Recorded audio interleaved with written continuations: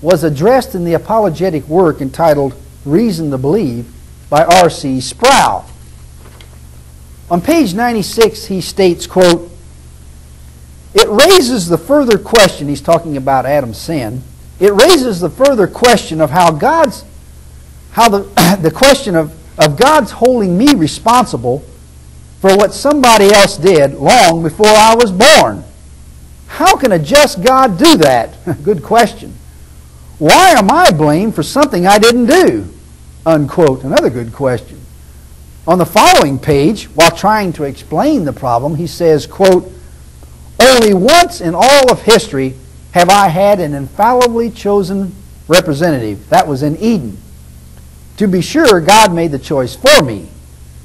But I must face the question, was God's infallible choice of my representative a more accurate or less accurate choice than I could or would have made myself?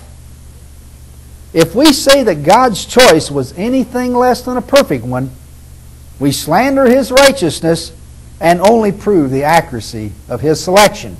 Unquote. Sproul's defense is hardly worth a response. In the first place, Adam obviously was not an infallibly chosen representative because he sinned. And as far as making the choice is concerned, I couldn't have done any worse than God. God's choice was clearly less than perfect and hardly proves the wisdom of His selection. Sproul is groping in the dark for a straw to grasp and is clearly desperate for a way out. To make a long story short, the concept of original sin is not only totally unjust, but biblically unsupportable.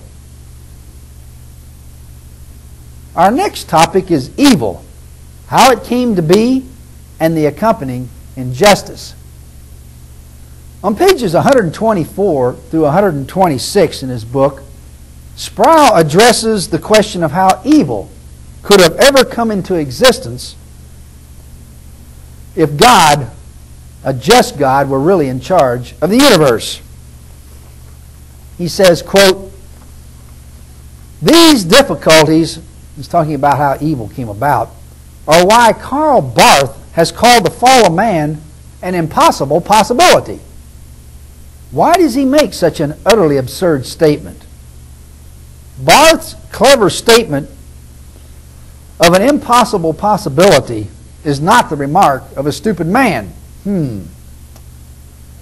The statement is not made to explain the fall, but to dramatize the problems connected to it.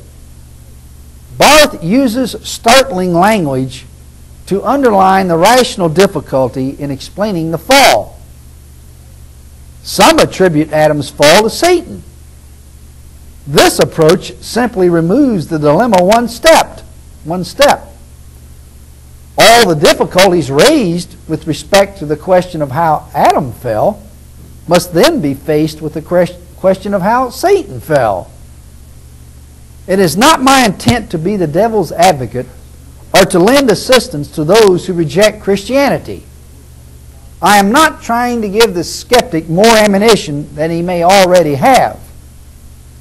I am trying to make it clear that the problem is a severe one. Well, that it certainly is. And one for which I have no adequate solution. That's because there is none. I do not know how evil could originate with a good God. I am baffled by it, and it remains a troublesome mystery to me, unquote. Notice the word mystery. On page 132 in his book entitled Bible Difficulties, another apologist, Arndt, admits facing the same dilemma. He states, quote, "How could evil enter a world which was good, yea, perfect, when the work of creation was completed? Here we face a mystery." Notice he uses the word mystery.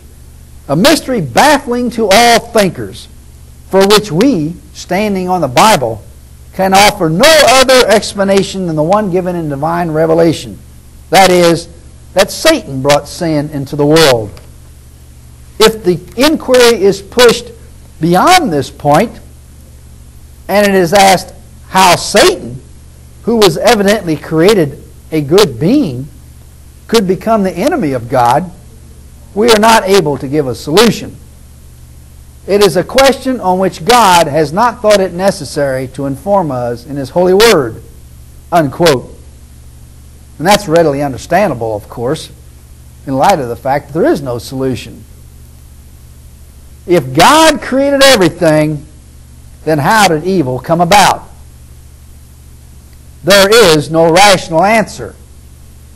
It's another one of those mysteries, that word they love, placed at crucial points in Christian theology. In our next program, we'll continue discussing problems related to biblical justice and fair play.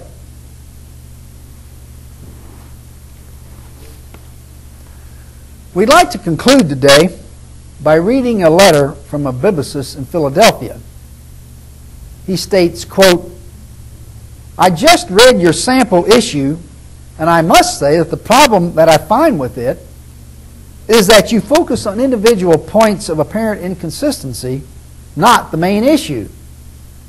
That is the Bible God's Word, and is Christ who He said He is? In your sample issue, you quote 8 reasons given by McDowell and Stewart for the Bible's divine inspiration, all of which, you rightly complained, were internal and therefore no proof at all." Unquote. To this I said, "I think that if you had read more than one issue of our publication, you'd realize our focus extends far beyond individual inconsistencies. They are used primarily as blows in the larger philosophical conflict. Any attorney knows that you prove your case by taking points one at a time.